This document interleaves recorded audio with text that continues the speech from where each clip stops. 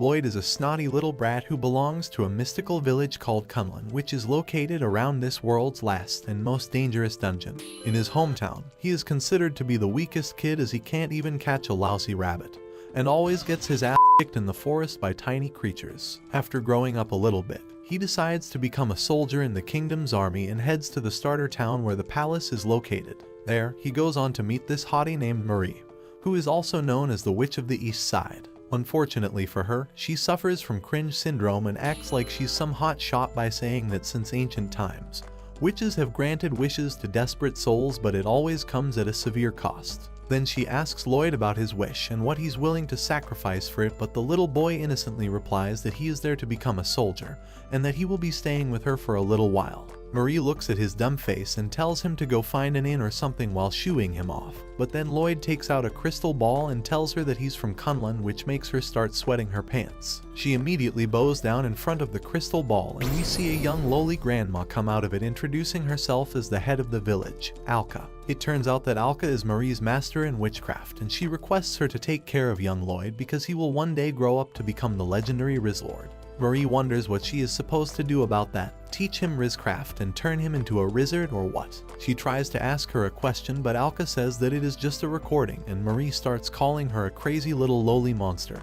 But then Alka says that she was just kidding, making Marie get back on the ground like the coward she is. With no other choice, she accepts the request and then throws the crystal ball inside her cupboard before sending Lloyd to a room in the back to stay there like the slave he is. She thinks that Lloyd is actually a really fine child for someone who knows the little monster. But then Alka walks out of her cupboard saying she used teleportation magic and tells her to make sure nothing bad happens to her Lloyd and that she has cursed Marie with getting rickrolled for the rest of her life. Marie begs for forgiveness and Alka changes the curse to make it so she takes small L's repeatedly throughout her life. After that, Alka teleports away and Marie's miserable life begins as she steps forward and ends up tripping over her own dress and falls face first on the ground. After that, she tears her dress a little bit and starts crying over this curse. The next morning, Marie wakes up to some sweet smell and opens her eyes to see her newly acquired slave boy cooking up some breakfast for her. Lloyd brings it to the table and greets her good morning, and then they talk about his obsession with becoming a soldier and remaining a virgin all his life. He says that he is the weakest boy in his village and he couldn't rizz up any girls at all, so now he wants to grow up to become a legendary hero just like his big brother, who is basically the cousin that your Asian parents compare you to. Marie then asks him if he knows what's on the entrance exam, and he says that he knows there will be a written exam about magic, a combat exam, and an interview. And Marie tells him that among them, the combat exam is the most important one. Lloyd says that he knows, and stamina is his weakest stat as it took him 6 whole days to reach here. Marie says that it's alright as Conlan is quite some ways from their kingdom of Azami, so reaching here in 6 days by train isn't so bad. Lloyd says that he didn't come here by train, he simply ran like David Goggins. Hearing this, Marie starts panicking and says that his stamina is crazy, but Lloyd says that his grandpa said it would have taken him only 2 days to make that journey. Turns out, he is the actual grandson of that grandpa who used to cross mountains and fight lions on his way to school back in the days. Marie asks him if he encountered any monsters on his way here, and he says that he didn't, but there were lots of wild animals on his way like huge bugs and fire-breathing lizards, and Marie realizes that he is not only ignorant, he is stupid as well. Marie starts tearing up over the fact that Alka sent another monster her way, and Lloyd gives her a handkerchief to wipe her face with and thanks her for being so encouraging. Just then, Marie notices that her skin feels really soft and smooth and asks him how that happened. He says that he simply applied an ancient rune over the cloth and it gives it simple enchanting properties. Hearing this, Marie starts wondering just how opus this kid is that he knows the ancient rune, Disenchant, which can remove all kinds of curses that took her 3 years to master as a seasoned witch. While she is going crazy and banging through walls, Lloyd continues to innocently slide into his inferiority complex and apologizes for disappointing her and says that the only other magic that he can do is to summon rain.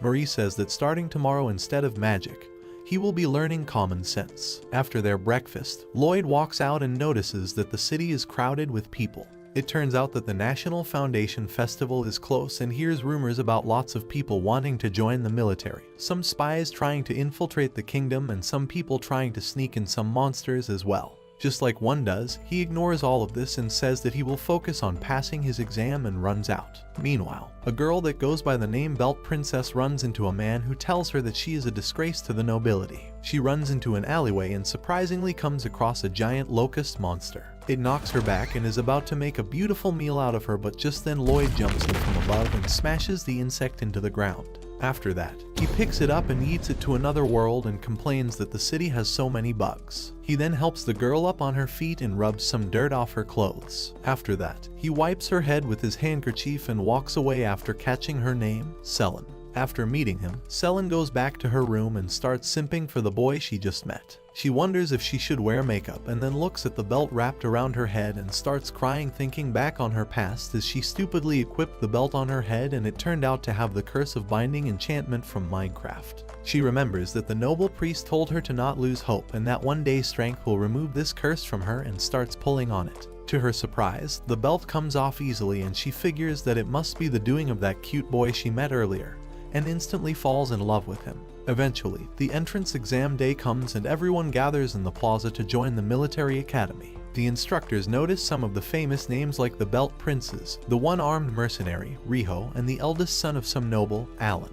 They say that their relations with neighboring countries are only getting worse, and amidst all of this, their princess has also gone missing, so they must recruit promising students for a prosperous future. Meanwhile, Riho is about to pee her pants while sitting beside Lloyd as her spidey senses keep telling her to keep her distance from this last dungeon monster. Just then Lloyd starts speaking to her, but she freaks out and takes up a battle stance. He apologizes for making her scared, but just then she gets pushed into the wall and wonders if she was hit by a truck cun, but it turns out to be only Selin, who is there to simp after Lloyd and asks Riho what kind of a business she had with her sweetheart. Soon the exam begins and they all line up in front of the metal dummies and are asked to attack them with any weapon of their choice. Riho walks up to the instructor and asks her what kind of a monster he scouted, referring to Lloyd, and he says that he has no idea, and he just picked him randomly, and now he's not sure if they will all be able to stop him together if he decides to fight back. Soon, his turns come and he walks up for his combat exam. Some days later, the results for the exam come in and Alka walks in and sits down with Marie, wondering if he will make it. She says that even if he thinks he is weak, in reality, Lloyd is crazy strong, so he should be fine as he belongs to the village formed by the ancient saviors of their world who settled outside the last dungeon,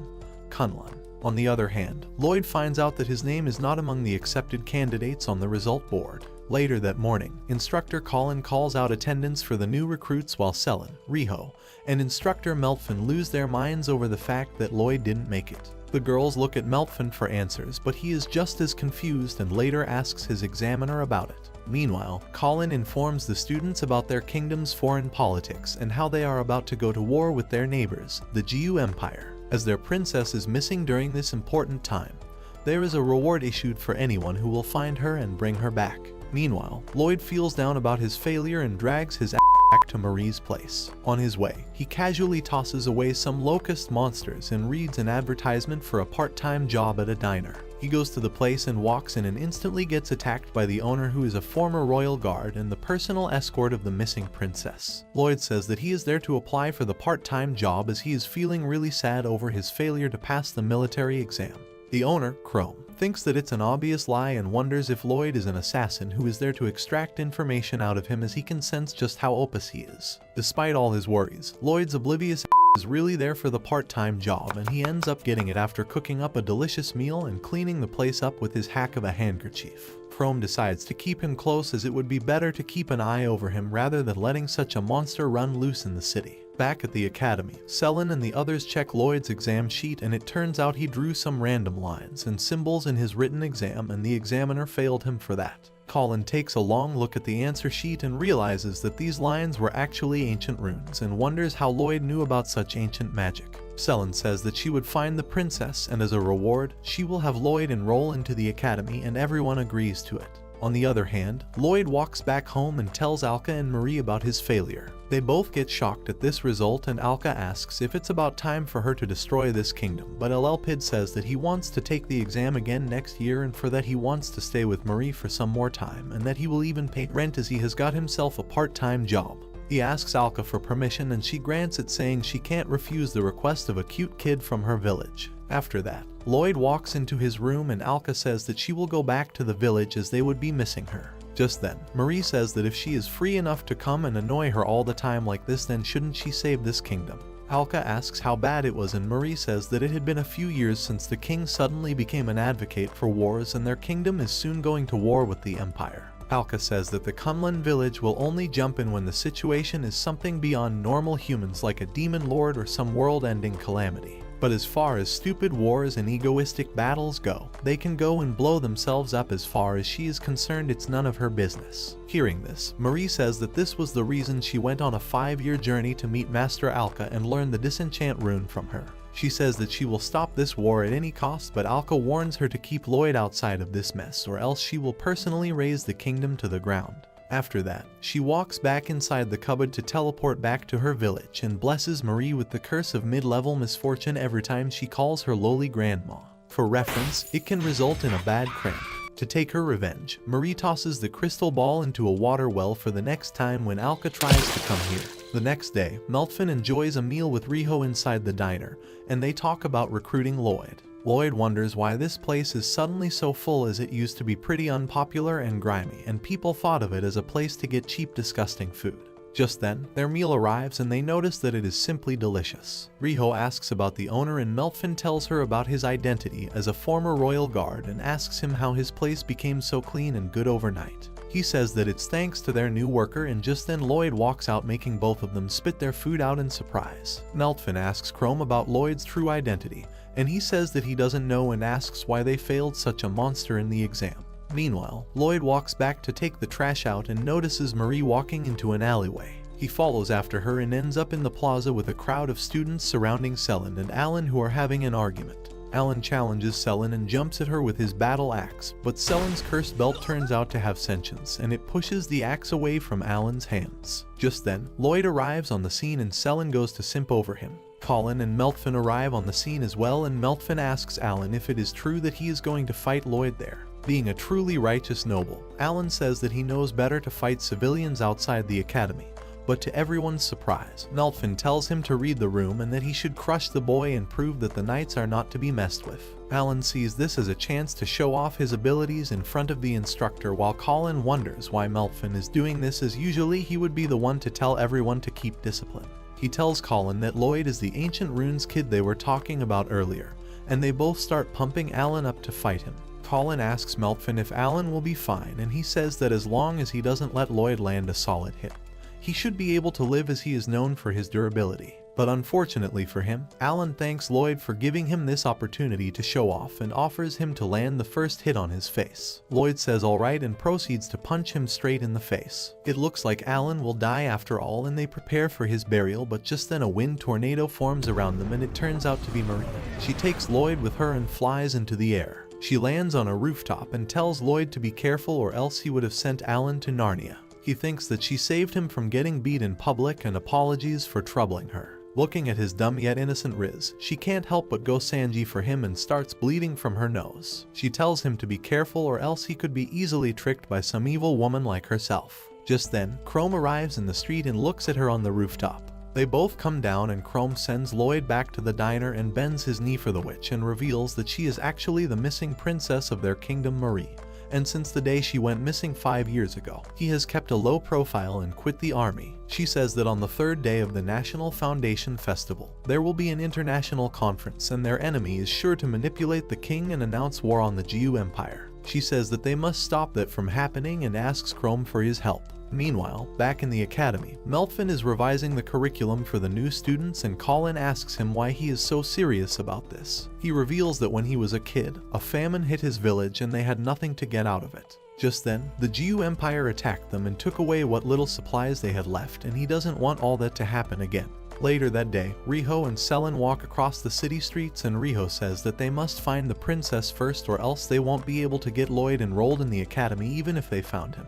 To that end, she says that today they will go to the famous information peddler, Marie the Witch of the East, and ask her about the missing princess. But to their surprise, when they reach there, they find Lloyd opening the door instead of the famous witch. Selin instantly goes into depression, wondering why Lloyd was living with the witch. Soon, Marie walks in as well and realizes that she has some guests over. She greets them and asks them why they were there, and they tell him that they want to buy some information about a girl in the picture. Marie takes a look and realizes that they are looking for the princess, and says that she doesn't deal with missing princesses and stuff. Riho starts getting suspicious of her and her looks, while Selin asks her how long she had been working as a witch in the kingdom. She says that it has been 2 years and realizes that they know about her identity, and are perhaps disappointed in her as the princess who is playing fantasy tea parties while her kingdom is about to go to war. She decides to come clean and reveals her identity as the princess, but in reality, Selin was only asking if she was Lloyd's wife by any chance. She says that she wasn't and that he was more like a nephew to her. Just then, Lloyd comes back with some drinks for the guests, and says that he knew about Marie's true identity as well, and says that she is actually a superhero who saves them from the shadows, Batwoman. Marie wonders where he got that idea from, but decides to go along with him and pretends to be just that in front of him. Lloyd says that he wants to help as well, but she tells him that he is still too weak and he should work hard and join the academy, as he is not cut out to be a hero alongside her just yet. Hearing this, Lloyd becomes sad and he runs back to his room like a little sissy and cries over his weakness. Once he's gone, Marie sits down with the girls and tells them that Lloyd is actually from the legendary village of Conlan, and it's a rule for their people to stay out of regular human wars, and if he helps them he will be punished and sent back home, and his dreams of becoming a cool soldier will come down crashing. So, to stop that from happening, they must deal with this situation and save the kingdom themselves, and ask for their help in saving the king and stopping the war. She tells them that whoever is controlling the king has put up a bounty on her head, and that's why the whole kingdom is after her head. After they are all gone, Alka teleports here inside the water well, and then comes to Marie and praises her for keeping her promise. After that, she says that she will take care of Lloyd and they should complete their mission. With that, she walks down but blesses Marie with another curse that makes her say meow at the end of sentence 1 out of 10 times. Just like that, the National Foundation Festival comes and Alka decides to take Lloyd out and tries to cheer him up. She even admits that she wants his chocolate banana, and I'll let all you dirty-minded people in the comments wonder what she meant by that. The kingdom then suddenly gets attacked by some locust monsters and they start fighting them. On the other hand, the king decides to announce the war with Jiu, and Chrome walks inside the castle and requests to be re-enlisted in the army. Meltfin is standing by the king and tells him that he sees no problem in that and they will call him later, but Chrome says that he hasn't told this to anyone else yet, but he actually met the princess and some of her friends, and from their investigation, they found out that the person behind this war is someone who has the habit of saying Demacia. Meltfin looks at him and asks if it's Garen, but Chrome says that no, it was Meltfin, and he admits to his crimes. He says that he thought that such a foolish king was better as a puppet so they could punish the Jiu Empire for their war crimes. Just then, Riho and Selin walk in alongside Marie and say that it was surprisingly kind of him to confess to his crimes like that. Just then, the king turns around and starts glowing with some demonic tattoos over his face. He says that in reality it was him who was controlling the humans and who sent Jiu soldiers to Meltfin's village when he was a child so he could raise more hatred among humans. After that, he blasts Meltfin back into a wall, and then transforms him into a bug monster and commands him to fight the intruders. Chrome and the others hold him back and let Marie follow after the corrupt king. Inside the throne room, Marie and the king start fighting each other with magical abilities. Marie shoots him with a wind attack, but he blocks it by making the ceiling collapse over her. She dodges the rubble and then freezes it, blocking the king's attack. After that, she shoots a fire spell to counter the king's energy beam, and it blasts into the ice and creates mist. With that, Marie uses it to camouflage herself and jumps in towards the king to use the disenchant spell on him and break him away from the curse, but the curse makes her stop but showing the kind face of her father, and then pushes her back on the ground. After that, he walks up to her and breaks her hand and says that it is now the end for her, and he, Demon Lord Abaddon, will now put her down and take over this kingdom once and for all. Hearing that he is a demon lord, Marie becomes really mad. She says that he should have told this to her days ago so she wouldn't go through all this trouble. Being a demon king means the lowly grandma can totally help out with this one, and even bringing Lloyd in wouldn't have been a problem. With that said, she immediately runs back with her tail between her legs and makes him chase after him, hoping to run into Lloyd or Alka. Meanwhile, Lloyd and Alka finish their pest control job with the demonic locusts, and Lloyd says that he wants to go and help Marie even if she gets mad and if he is super weak. Alka allows it and he runs to the castle. On his way, he runs into Alan, who is hiding behind a carrot in an alley from the locust monsters. Lloyd gives him a lecture on being strong and how fear is nothing to be ashamed of. With that, he defeats the locust monster like usual and then runs back to the castle. His words inspire Alan and he decides to face the monsters head on and starts being useful. At the same time, Alka realizes that these are the minions of the Demon Lord, Abaddon, and she flattens them all by going Madara on them for ruining her date with Lloyd. On the other hand, Chrome fights Insectfin and gets his ass handed to him on the ground. After that, he fights Riho and pushes her into a wall, making her tap out as well. When things look bad, Selen decides to call Lloyd. She walks up to Insectfin and tells him to go ham on her and try to hurt her. She says that Lloyd is a true hero and he will come just before any attack lands on her, but even if he doesn't, she would use this chance to get a little bit beat up and have her armor torn a bit so she can show off in front of Lloyd later on when he arrives. Insectfin jumps forward and attacks her with his claws, but unfortunately for all you perverted weebs in the comments section, her belt blocks it and we get no fan service. After that, Insectfin continues to attack her, but all his strikes are blocked by the belt. Riho tells Selen to keep him busy and then walks out to find Lloyd. But before she can jump out, she runs into Lloyd, who jumps inside the palace in search of Marie. He asks everyone if they are okay and then ignores Selen like the Sigma male he is. After that, he turns to Insectfin and says that he now understands what is happening. He asks him what he is doing and if he isn't ashamed of acting like this while being a soldier. Insectfin jumps at him and tries to attack him, but Lloyd simply slaps him away and then makes him kiss the floor. He tells him how in his mind a soldier is someone who protects others and tells him to think back to the moment when he became a soldier himself and that he is sure he didn't become one to do what he is doing right now. After using Talk no Jutsu on him, Insectfin starts reverting to his human form as he remembers his village and how he wanted peace. He almost goes back to normal, but then Lloyd says that he shouldn't have drunk so much and now he is wearing this funny insect costume and dancing like an idiot. Hearing these dumb comments, he becomes mad again and transforms back into Insectfin. He attacks him, but Lloyd dodges it by bending back and then simply headbutts him, accidentally sending him back into a wall, and defeats him. After that, Lloyd asks the others about Marie, and they tell him that she is inside the throne room. Lloyd decides to go in, but just then Marie comes out and hugs him. She tells him that she is glad to see him there, but then the king comes up behind her and Lloyd stops talking. He walks up to him and tells him to go away as there are monsters in the castle. The king wonders what he is going on about, and Lloyd thinks that he must be a drunk person dressed in a king costume with some green paint on his face. With that, he decides to wipe his ugly face with his handkerchief and ends up disenchanting the curse which let the demon lord control the king. Just like that, peace returns to the kingdom and Lloyd watches on as everyone fixes up the damage done on the festival. While standing outside, he meets his brother, Shoma, who happens to be passing by. They hug each other and Shoma praises him for becoming so strong and defeating the demon lord. Lloyd wonders what he is speaking about, and just then Alka arrives on the scene as well. Lloyd tells her that he was talking to Shoma, but he vanishes from the scene just like y'all's father did when you were young. Meanwhile, Chrome joins the army once again and Meltfin is sent to a wheat field near Conlan, where Alka punishes him by making him harvest and deliver a special wheat that grows all year round to the poor villages. Some days later, Lloyd gets accepted into the military academy on someone's recommendation.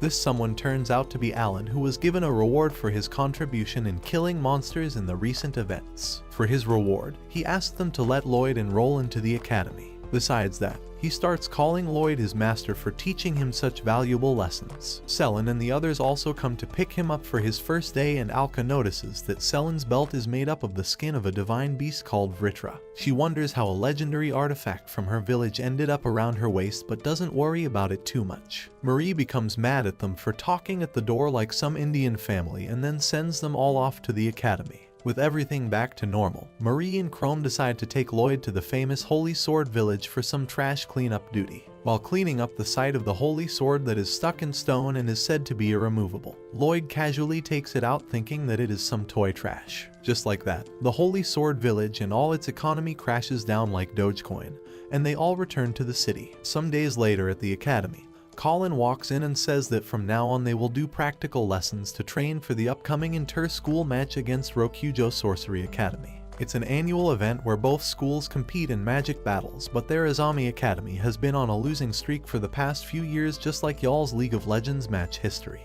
With that, they all go outside in the ground and Conlan explains that there are 3 types of sorcerers. Those who use chants, those who use sigils, and lastly those who use magic stones and wands. They are allowed to use all of them and will be practicing some spells on an anti-magic dummy. After that, they all practice a simple fireball spell to see who will take part in the upcoming match, and Lloyd ends up failing the test once again for being too opus. He ends up jumbling his words, but the spell still burns away the whole place behind the dummy. After that, he tries a bunch of other spells, but all of them end up causing massive destruction, and to keep things fair, they fail the poor guy. After that, they all continue their practice and Selin walks up to Conlan and asks her to teach her healing magic so she can use it for flirting techniques with Lloyd. Conlan says that they will need an injured person to practice on, and Selin decides to ruin Alan's life because she only simps for one guy and he's not it. Back at Marie's house, she is greeted by the 2 mercenary sisters from the Rokujo Academy, Mina and Philo. They show her a picture of Riho and ask her for information on her. Marie becomes alert, but just then the sisters feel an extremely intense presence of someone super strong and prepare to attack them to save their lives. They look at the door and as expected, it's our dumbass, Lloyd. Philo drop kicks him and then follows up with a sidekick on his ribs, but Lloyd stands there still like the giga chat he is, and then notices a fly flying past him and thinks that she must be trying to get it and apologizes for coming in her way. Having witnessed this crazy boy for the first time, Mina and Philo wonder what's his deal, and Lloyd walks up and ruins Marie's business by saying that the girl in the picture was Riho, and she goes to the academy with him. After that, Philo walks up to him and asks him to make her his pupil, but Marie kicks them both out and tells them to go find somewhere else to live. Once they are gone, Alka teleports in and asks Marie about taking Lloyd to the Holy Sword Village. She tells her that it was just for some work and they call it a day. The next day, the students are continuing their practice for the upcoming match, and Chrome decides to set up a prize for the winners. Back on the training ground, Riho asks Conlan why she is so pumped up about this match, and she says that it is because her rival is the headmaster of the Rokujo Academy, and she wants to beat the snake woman herself. Riho wonders who she is talking about, but just then the woman in question arrives herself and introduces herself as Raul. It turns out she used to be Colin's classmate, and she would rise in ranks by manipulating others and getting her competition expelled. By using her underhanded methods, she has now become the headmaster of the academy. Raul also seems to know Riho and walks up to her, and this puts Riho in a bad mood. After that, Lloyd notices that Riho is looking sad all day, and he decides to ask for some advice from Marie. He asks her how to make a girl happy, and she thinks that he must be asking this to surprise her because why not? She tells him to take the girl on a date, and Lloyd decides to take Riho on a date the next day. This disappoints Marie and makes Selin even more jealous than she already was. While on the date, Lloyd asks her about her past and why she was sad, and she reveals that she grew up in an orphanage and one of her arms was always weak. Back then, Raul used to be her bigger sister, and one day she brought the mithril arm for her. She thought that now she could help others as well, but it turned out that Raul just wanted her to use the arm to give up her life and pull out the holy sword. This arm constantly sucks magical energy, and she was betrayed by the only person she used to look up to. Hearing this, Lloyd holds her hand and tells her to trust him and that he will be there for her whenever she needs a friend. Just then, Selin also comes out from underneath their table and starts crying. She tells Riho that they will work hard and show that Snake Woman how strong they are. The next day, it's time for the inter-school match demonstration, and for the participants, Selin and Riho are chosen. They still need a third member, so the head of the second-year class, Makona, jumps in for the position. She seems to hold some kind of grudge against Lloyd for some reason and tells him that she will show him just how much better than him she is. After that, the match begins and she is paired up against Philo. She charges up wind and fire spells and then charges at her, but Philo uses a magic item and sends her out of the ring with a stream of water. After getting one shot by her, Makona feels really down and runs out of the school. She then goes to Marie, and it turns out that she used to visit her a lot before Lloyd came in, but then she got busy with ranking up in the academy, so she couldn't come as often. She asks her to tend to her wounds and they sit down to enjoy some coffee like the good old days, but then Lloyd comes back and walks into the kitchen with Marie as they happily discuss what they will have for dinner. Makona runs out and sits down in an alley and cries for having such bad luck.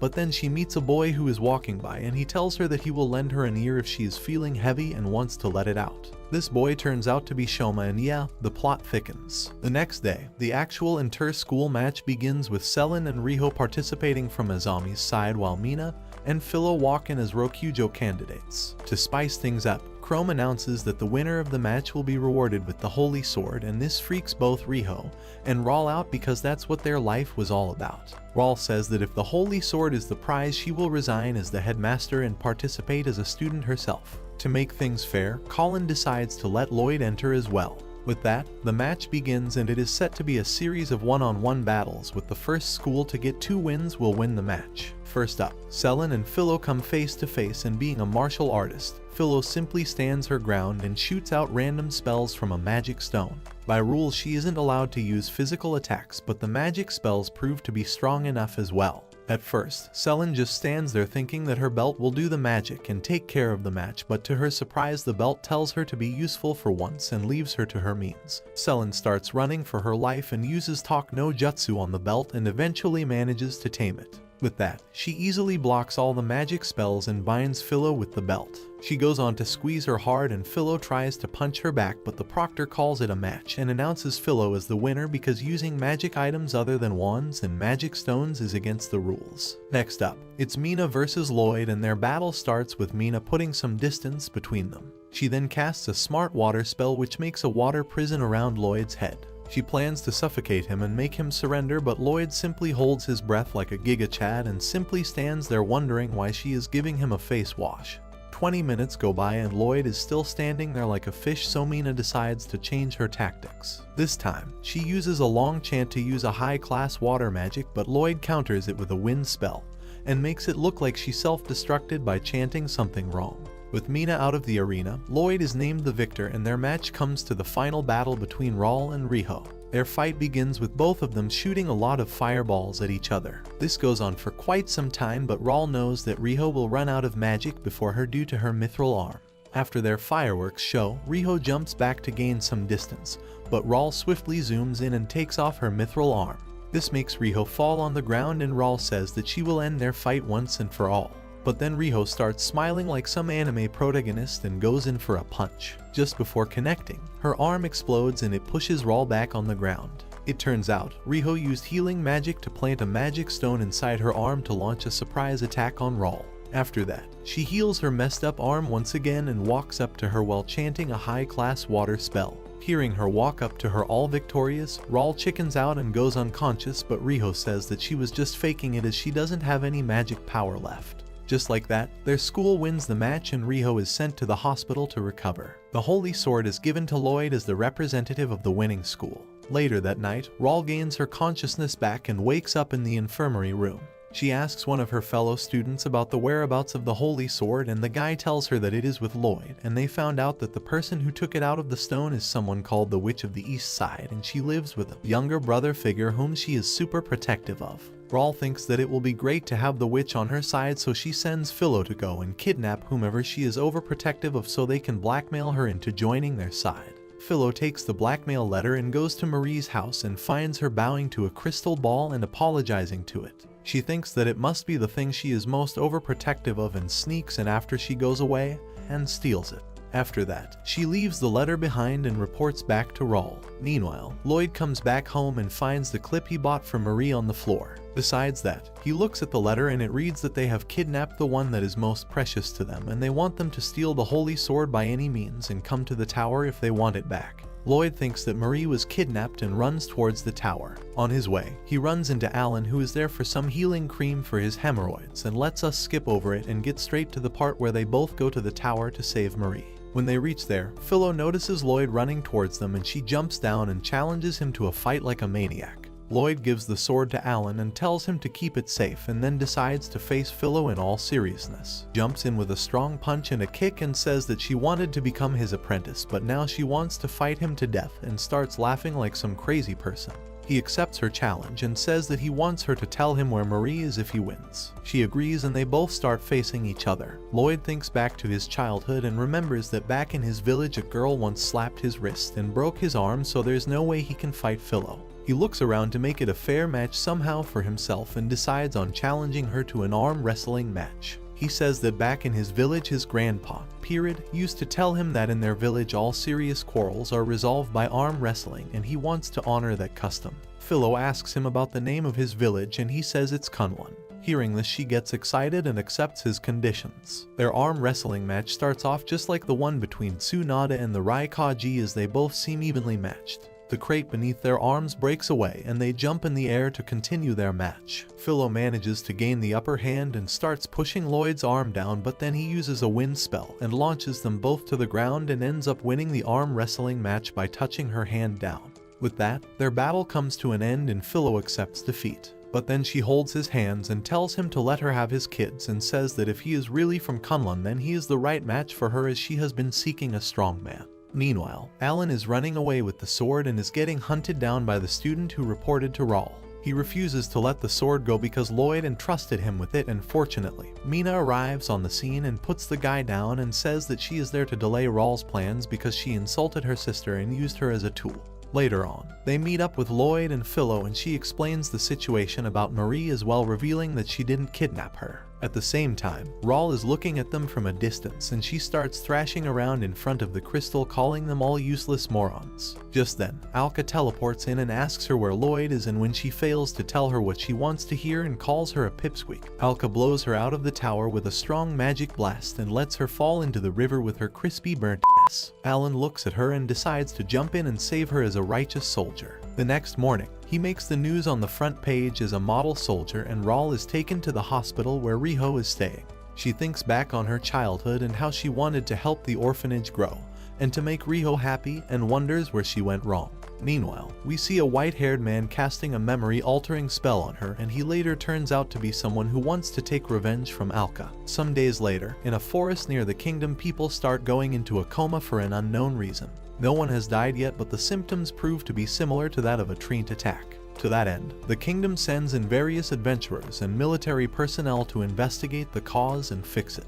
Among them, Mina and Philo are also sent to check the forest, and from their inspection they think that it's also the doing of some treants. Meanwhile, back at the academy, it is almost time for a long vacation. Before their last day, Riho talks to Lloyd and asks him if he is free over the weekend and would like to go out with her. Selin jumps in as well with some depression and anger and reveals that her plans of going to the beach with Lloyd were ruined because her family summoned her to the main house. Next up, Alan walks in and starts being an attention seeker as he apologizes to Lloyd for not being able to accompany him as his apprentice because someone proposed to him and he has to meet the family during the weekend, though they all simply ignore him and go away. After classes, Lloyd walks back home and finds Marie and Alka fighting over who's going to enjoy some time with Lloyd, but he crushes their ideas by saying that he took a temporary live-in full-time job for the weekend at a hotel that Chrome recommended him to. He wants to learn from his experience, and if they come with him he won't be able to learn on his own, and that's why he wants to go alone. Hearing this, they both start crying and Lloyd simply leaves them behind and goes for his job like a Sigma male. At the hotel, Lloyd introduces himself to the owner of the hotel, Koba, who was formerly the leader of the Royal Guard. Koba instantly feels Lloyd's true strength like Chrome did and falls on his butt from the shock. Koba tells him about people going into a coma in the forest near his hotel and says that it is very bad for business. He wants the matter to be resolved as soon as possible and then takes him to the swimming pool to introduce him to his senior colleague, Kikiyo. He leaves Lloyd with her and tells her to guide him properly, and she turns out to be a bully and makes Lloyd clean the whole pool area by himself. But Lloyd being Lloyd, he cleans the whole place before she finishes her lecture, and Koba also comes back to see how they are doing and gets surprised in Lloyd's effective and efficient cleaning.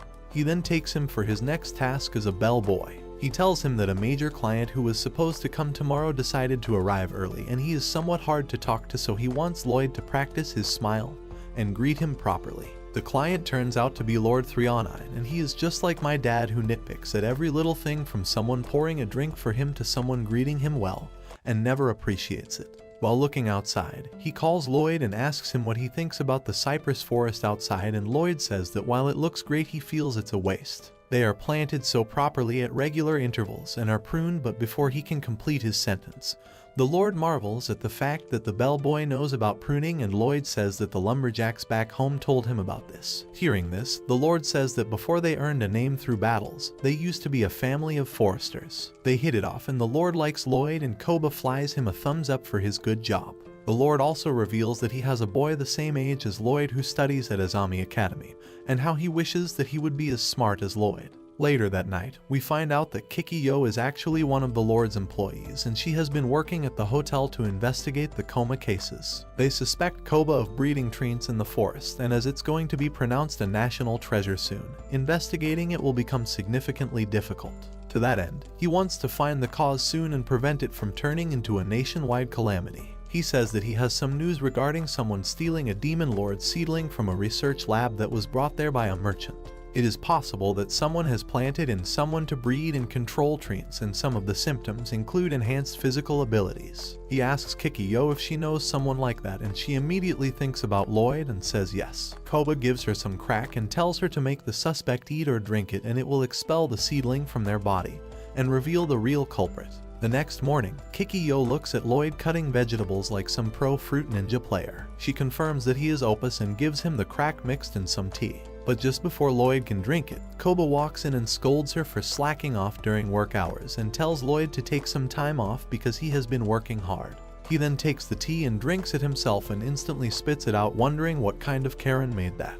Looking at that, Kikiyo jumps out of the window and thinks that Koba did it intentionally to prevent his secret from getting out and says that she will catch him red-handed the next time. Later on, we find out that Riho is enjoying her vacation at the same hotel, and she calls the service in for a full-body massage. Her masseuse turns out to be Lloyd, and she starts panicking and refuses to let him work his hands on her. Meanwhile, we see that Selen's father has decided to bring her to the same hotel to spend some father-daughter time. They go to the hotel and he reveals that he has arranged for her to meet someone as well, and it turns out it's a political marriage arrangement, and the unfortunate boy is none other than the sweaty-ass son of the Lord, Alan. Selen says that she would rather kill him before she gets her proposal history ruined by his face, and plans to attack him with her belt as soon as he walks in. She wonders where the firebombs that she ordered to secretly set the hotel on fire are. She had planned to escape after setting it ablaze to meet Lloyd for her vacation, but then the door opens and she jumps at the guy, but to her surprise, it's Lloyd and she runs away with him. In the storeroom, Riho joins them as well and reveals that Alan slipped in the pool and fell unconscious, so Lloyd was requested to fill in for him as the Lord's son. So, to fill in for him, Riho is acting as a hotel employee, and that's the situation. Lloyd says that as an employee, he wants to get to the bottom of whatever is happening in the hotel, and the girls decide to help him as well. They decide for Riho to look from the inside as an employee, while Selen and Lloyd will look from the outside as guests under the pretext of an arranged marriage meeting. After that, they both go out and act like they are dating, but Riho pulls them aside and scolds them for not doing their job properly. Just then, they see a young man riding towards them with a cart, and it turns out to be Shoma. He is making an express delivery of some sweet firebombs, and Selen remembers that she might be at fault here. Lloyd walks up to him and introduces him to others as someone who lived in his village and is like a big brother to him. After that, he unloads the bombs and goes back because he has more work to do. Meanwhile, Koba suspects the Lord for being behind these coma cases, and it becomes a three-way suspicion game where Koba suspects the Lord suspects Koba, and Selen's father suspects both of them. Back outside, Lloyd and Selen continue their pretend date in a lake where Selen tells him how he saved her and how she was looked down upon due to the belt around her head, and how Lloyd helped her and she loves him for his good nature. Lloyd says that he is nothing and that he has been able to come so far thanks to her and his friends, and thanks her. After that, they go to a pond and soak their feet. Kikiyo is watching them from a distance and decides to go apply the crack on Lloyd's body in the form of an oil massage when Selen is not looking. However, before she can apply the crack to his plot, Selen arrives on the scene and starts fighting her for touching her Lloyd. They both fight for a while, but then Kikiyo makes her escape, and Lloyd says that he wants to get the oil off his body before wearing his uniform again. They decide to go to the hot springs to take a bath, and while there, they run into Riho, Marie, Alka, Mina, and Philo. The whole gang seems to be here, and we all know it's thanks to Lloyd's Riz pheromones. During their bath, Philo yeets Alka into the woods for looking at Lloyd's Excalibur, and Lloyd goes after her because he's Grandma's good boy. Meanwhile, Kikiyo has been keeping watch over them from the woods and barely dodges Alka smashing through the trees. When she comes down, Koba's secretary comes out from the woods and reveals himself to be the host of the Demon Lord Seedling. He transforms into a treant and absorbs her magic power using his roots. Kikiyo wonders if he is the real treant, then what was up with Lloyd being so strong and why she wasted so much time chasing after him. But then Lloyd arrives on the scene and asks if the secretary was trying to win Kikiyo's heart by performing in front of her in a treant costume. They both wonder who hurt this boy for him to turn out like this, but then the secretary calls out a lot of normal treants and Lloyd gets busy with cleaning them out. In the meantime, the secretary transforms into a mega treant using the demon lord's seedling and starts marching towards the hotel to get the nutrition he needs to create an army of treant to take over the world. In the hotel, Selen's father, Koba, and the lord are having a meeting over the treants and coma incident, and just then the mega treant breaks through the wall and reveals himself to be the real culprit. The secretary says that he used the lord's name to buy up the demon lord's seedling from Selen's father and then used it to ruin Koba's reputation and business. They all look at his petty wood as he decides to attack the lord, but our gang arrives on the scene and protects everyone. They engage in a battle with the tree and shoot him with some fire spells, but it turns out to be immune to magic. Philo kicks him out of the building and Selen goes on the offensive with her belt. But during their fight, a piece of the ceiling falls over her and her father pushes her away and gets stuck underneath himself. Philo and Mina take up the battle from there while Riho wakes Alan up and brings the firebombs to the location, and they start bombing the sap out of the mega treant. Mina and Riho use water and ice type spells and freezes him up, but the battle is still far from over. With its core still intact, the treant launches underground attacks with its roots and it makes another piece of ceiling fall over Selen as she is trying to get her father out. She tells him how she loves Lloyd and how she doesn't want to get married like that. Just then, the lizard boy arrives on the scene and saves them both. Marie tells him that they need his help to finish the monster off and says that he needs to destroy the demon lord's core to defeat him. Lloyd thanks her for giving him an opportunity to grow strong, and he jumps up the tree monster and crushes its core with his bare hands. Meanwhile, Alka is stuck in the ground and meets Shoma. It turns out he is working with the man who wants to take revenge from Alka, and he tells her that since the holy sword is out, he can do a lot more now. Later on, she comes back and meets up with the rest of the gang. She uses her powers to fix the building and heals the wounded and also alters the memories of everyone who's not really important to the plot. To reward her, Lloyd gives her a special massage using a technique he learned from his senior, Kikiyo, and ends up suplexing her to the ground. A few days later, Shoma meets up with Mikona and takes her to the old man in a church. The man asks her what he looks like to her and she says that he looks like a priest. He says that she is not correct but not entirely wrong either, and then asks Shoma why he brought her here. He says that she lost her loved one to someone else and wants to kill them. Hearing this, the guy tells him to give her the medicines, and Shoma hands over 2 medicines to her, continuing the powers of the demon lord Abaddon and the treant demon lord. They ask her to drink one if she wants more power, and she wolfs down both bottles and starts transforming into a bug tree human hybrid overflowing with demonic powers. After that, she flies off into a dungeon and prepares to fight Lloyd.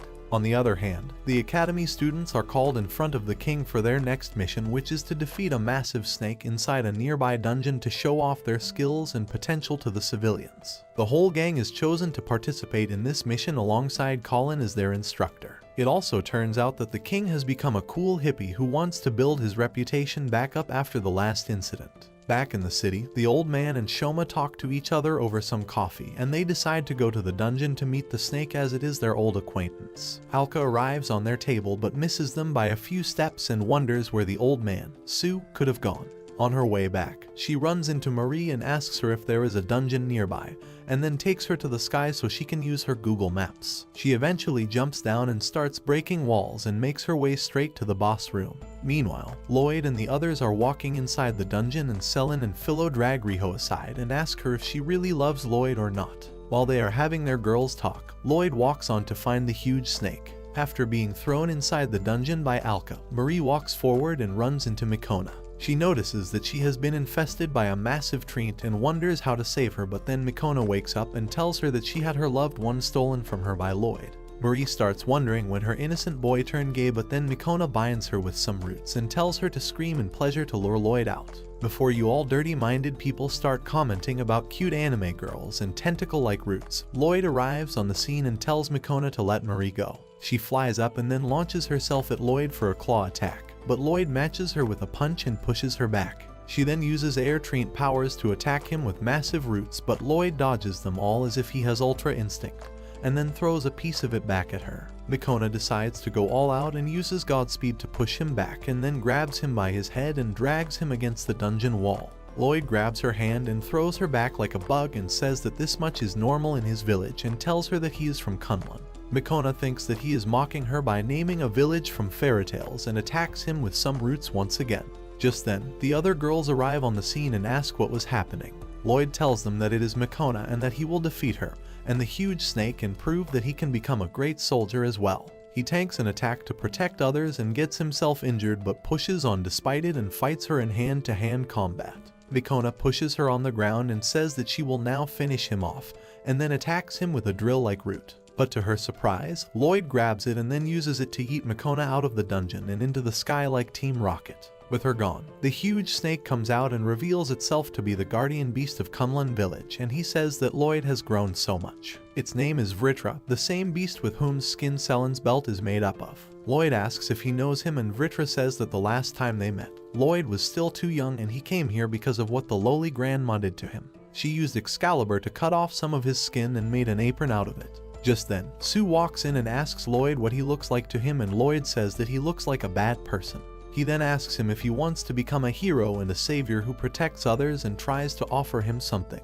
But before he can complete his sentence, Alka comes out from the ground and says that she finally found him. She then turns around and notices the huge snake and talks to him, but Sue uses this chance and jumps on Vritra's back and says that he will kill it, and with it the barrier around Conlan will be destroyed and Alka will lose all her powers as well. He destroys Vritra's core and Alka jumps in to kick him away, but it's too late. But to everyone's surprise, she is still as opus as ever. It turns out that Vritra took over Selen's belt, and Alka remembers that while working one day, she accidentally ripped a piece of the apron and then sold it off for cheap by calling it a cursed object. Sue says that it doesn't matter and now he will go to unseal Conlan and reveal the last dungeon and then teleport away. After that, the dungeon starts collapsing and Alan walks in to save his friends. Alka teleports away and eventually they all make it out alive, and Alan gets the credit for defeating the snake and making the dungeon collapse. With this, he is presented in front of the king and is given an award of his choice, but he refuses to take any because he doesn't know what the hell is going on. The king and the other students think that he is being humble and start admiring him, and the king awards him with the title of Dragon Slayer because it sounds cool, and why not?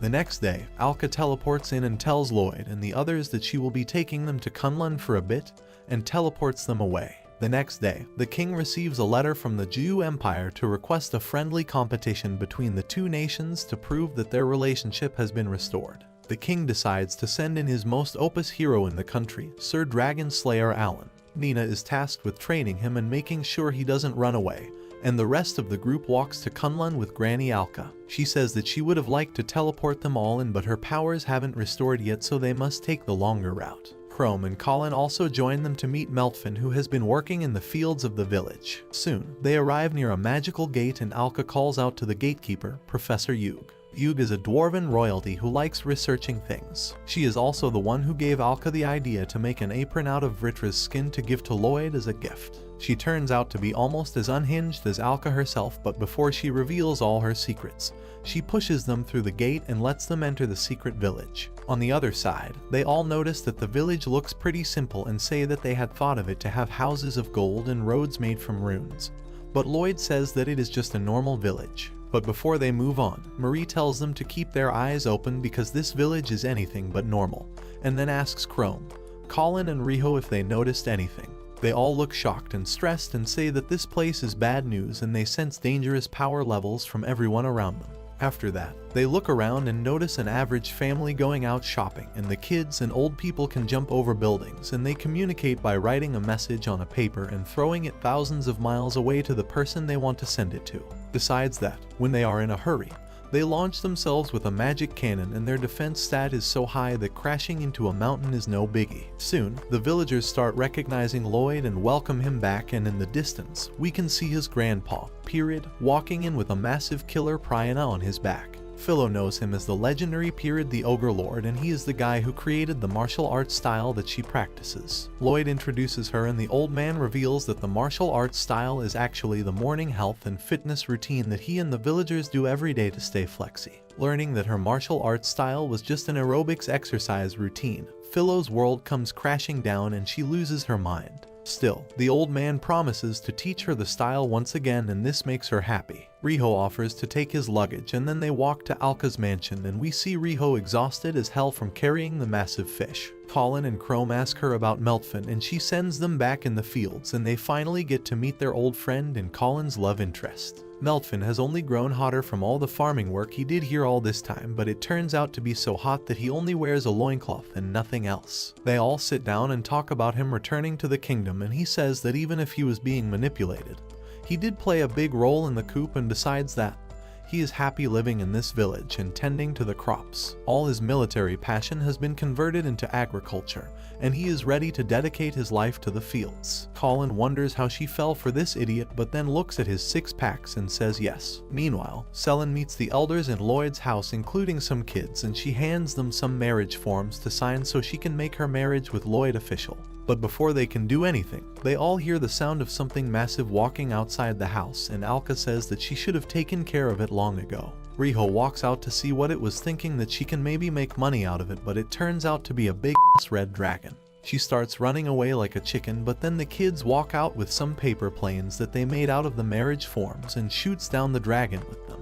The dragon runs away like the lizard he is, and Riho and Selin become depressed with this situation. Later that night, the elders throw them all a feast and they enjoy it together. Philo says that she got to learn a lot from the old master, but Pirit apologizes to her and says that he could only teach her the most basics of the basics, and he will teach her more the next time. Hearing this, Philo's soul starts leaving her body once again as she realizes that all that intense training was just the most basic of the basics. After that, they begin their feast and say how delicious all the food is. Meltfin comments that he caught all the ingredients himself and how all the dishes are made out of fresh monsters. After finishing their meal, Riho helps with cleaning up, and Yug says that she will go far for this habit even if she is doing it for money. After that, the elders ask Lloyd about his girlfriend and which one was it, but Lloyd says that they are all just his classmates from the academy. They then suggest Riho and Philo for their good moves and helping nature, and this makes Selin really jealous for not earning any points. Yug suggests her to try a transformation with Vritra, and maybe this time he can be something more handsome instead of being a snake.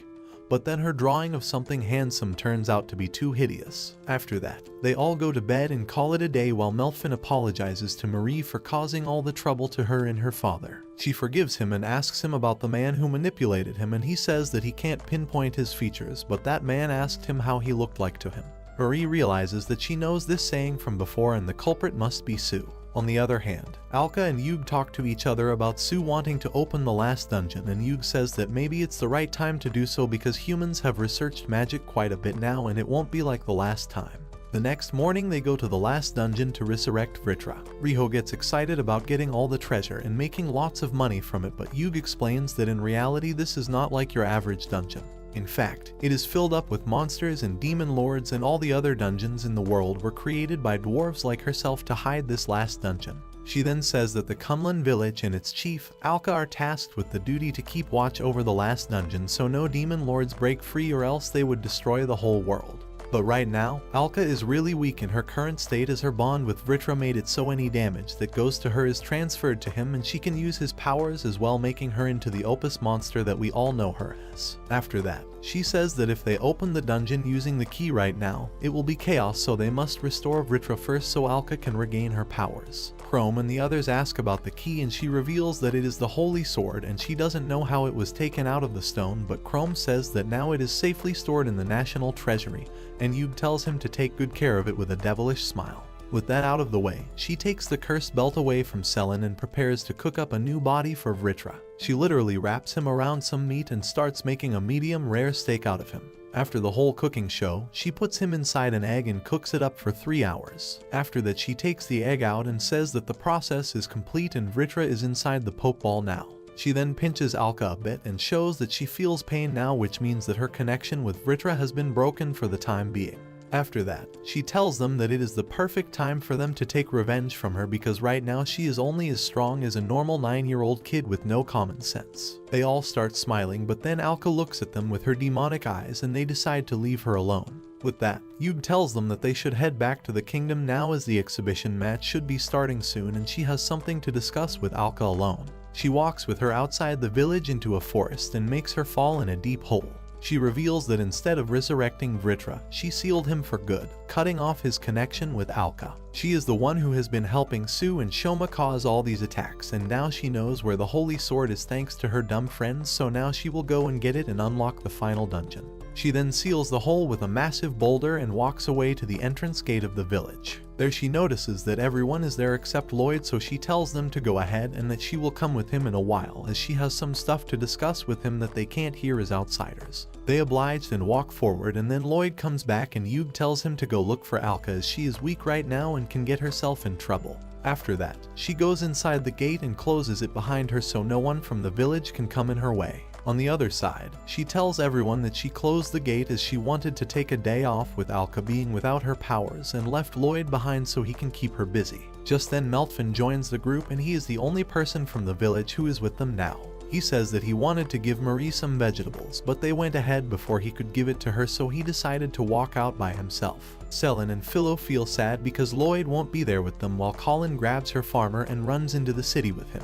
On the other hand, Riho is excited to sell all the expensive things she brought back from the village and gets a bag of gold out of it. On her way back, Yug offers to buy the mithril arm from her and says that she will even heal her injured arm underneath for free. Riho says that she will think about it and get back to her and goes on to meet up with Mina. They talk about the crazy things she saw in Conlan village, and then they go to the hospital to see Raul. Turns out she has healed quite a bit now and has started to go back to her old ways, as she writes a diary about ways to manipulate people and to rise up in society as a weak woman. Riho asks her about the man who told her to get the holy sword, and she says that she can't really make out his features, but he had the habit of asking, "What do I look like to you?" Riho remembers Sue from the dungeon and puts one and one together and then asks for any more details about him. Raul says that she doesn't remember much about him, but she can remember someone else being there with him as well. Some child who made clicking sounds as if they were sucking on some candy. Hearing this, Riho thinks of Yug and gets a bad feeling about all of this. After that, she goes to the stadium with Mina and meets up with Chrome. He says that the kings of both nations are going to arrive soon and he wants her to run the security for the event. Chrome then takes Mina with himself and says that since Colin is not here right now, he wants her to fill in as the king's bodyguard for the event. Just then, they notice Alan zooming past them and hiding in the shadows. He begs them to help him out of this situation as people keep calling him by changing titles and have huge expectations for him. He says that he isn't as strong as Lloyd or anyone else and doesn't want ass to be kicked in the event. Riho and the others tell him to man up and do his best, and then turn around as they announce that the event is about to start. Riho looks up in the king's booth and notices Sue and Shoma standing beside him and thinks that this looks like trouble. Soon, their king walks down and greets the students in the arena, and Riho bends down and asks him to cancel the event as she thinks his life is in danger here. The king asks Chrome who she was and he introduces her as Princess Marie's friend, and the king takes her away and tells her to let's talk over some tea. Meanwhile, back in the village, Lloyd finds Alka in the hole and rescues her. She asks him how he managed to find her, and he says that it's the same hole where he fell when he was little and Alka and the others came to rescue him. It is the same place where he resolved to become a strong soldier so he could protect others. With that, he tells Alka that the village gate is closed and he wants to get out somehow so he can keep his promise to Alan to see him fight in the exhibition match. Alka tells him to keep going towards the village and that she has a plan to get them back. On the other hand, we see Sue and Shoma meeting up with Yug and saying that they will finally achieve their true goal soon. She tells them that while she is super smart, she is not physically opus like the others, so they must protect her. Shoma says that it's fine and that's why they are here, and points towards Mikona, who is sulking in the corner over her defeat against Lloyd. Back at the village, Alka puts Lloyd in a magic cannon and uses a lot of magic stones to blast him towards the kingdom. Once in the air, he uses some wind spells and accelerates himself towards the kingdom so he can make it back in time. Meanwhile, the match between Alan and the Jew Empire representative is about to begin.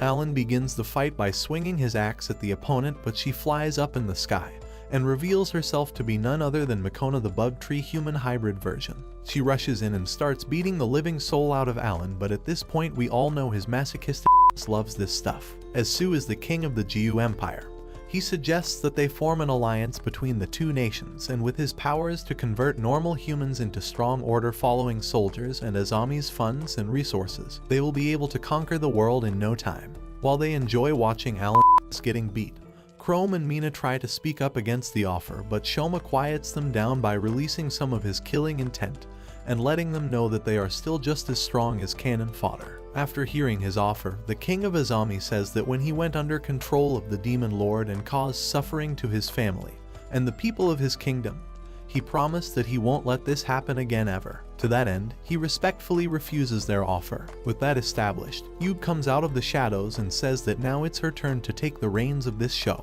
But then Selen, Riho, Philo and Marie surround her and say that they already know about her plan and why she left Alka and Lloyd back in the village. Yuge looks at their dumb faces and asks what they plan to do to stop her, who is from Conlan village while they are a bunch of nobodies. Selen takes it personally but still doesn't fail to connect it to her love for Lloyd somehow, and says how she may be a nobody but Lloyd gave her the strength to grow strong and now she will fight on her own and defeat her. While Yuge wonders what nonsense she just uttered, the other girls follow up by saying that from now on they will stop getting carried by Lloyd and will climb out of the yellow hell on their own.